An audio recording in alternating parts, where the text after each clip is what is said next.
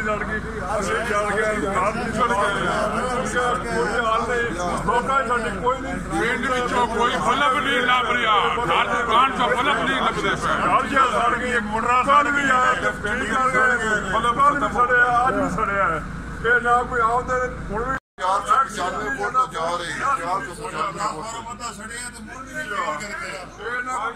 500 vote बिजली जा रही है लोगों गरीबां दी वोटां सड़ के टीवी सड़ के बल्ब सड़ गए जायन फद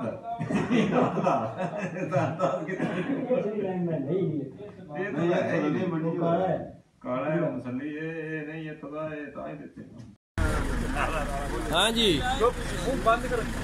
साडा बहुत नुकसान हो गया जेड़ा को हल्ला करा ए वापटा वाले बड़े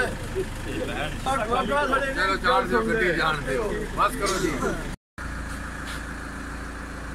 विक्ट्री का निशान नहीं नहीं वो इनके 50